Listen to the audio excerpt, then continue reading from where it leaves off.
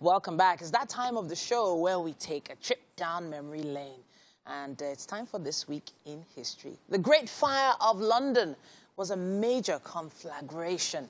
Yeah, inferno times 100 that swept through the central parts of London from Sunday, 2nd of September to Thursday, 6th of September, 1666. Now, the fire gutted the medieval city of London inside the old Roman city wall.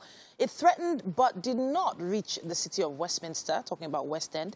Now, Charles II's palace of Whitehall and most of the suburban slums were destroyed. It destroyed 13,200 houses, 87 parish churches, St. Paul's Cathedral, and most of the buildings of the city authorities. It's estimated to have destroyed the homes of 70,000 of the city's 80,000 inhabitants. Now, the fire started in a bakery, apparently, shortly after midnight and spread rapidly. Now, the use of major firefighting technique of the time was to create fire breaks, meaning demolishing the buildings. It was critically delayed due to the indecisiveness of the mayor, Sir Thomas Bloodworth.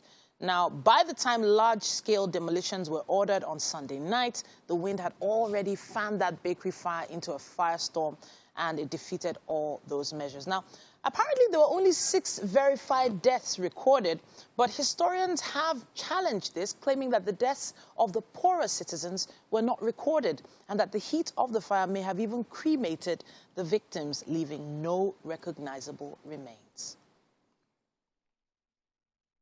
Yeah. Now, the reason why you have so many brick buildings in London right now is because of that fire. They realized that wood and clay and mortar was just not enough to prevent fires such as that. Now, we're still quite far back, but a little further forward now, September 2nd, 1973, J.R.R. Tolkien passed away. Now, he was an English writer, poet, philologist, and academic.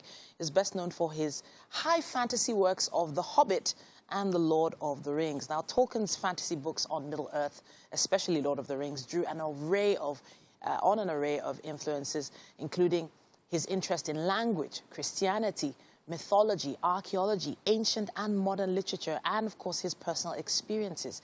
His work centered on the study of Old English literature, especially Beowulf, and he acknowledged its importance to his writings. Now, he was actually appointed Commander of the Order of the British Empire by Queen Elizabeth II on 28th of March 1972, and by 2008, Times ranked him 6th on the 50 greatest British writers of all time. Everything that happened. Yeah, that is a particular series of movies, and in fact, The Hobbit, that if you haven't watched it, you need to watch them before you die. We are going to be taking a final story now.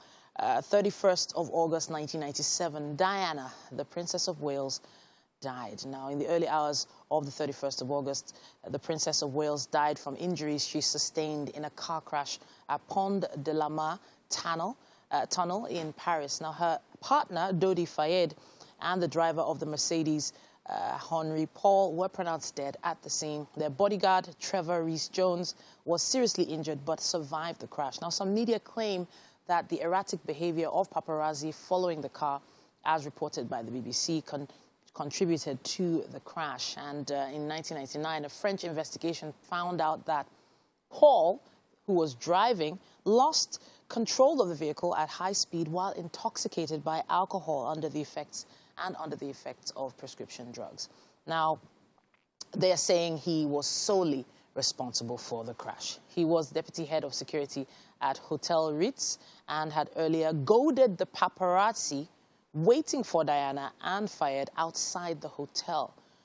Now, Diana was 36 years old when she passed away, and her death caused an unprecedented outpouring of public grief from the United Kingdom and indeed worldwide. Her funeral was watched by an estimated 2.5 billion people.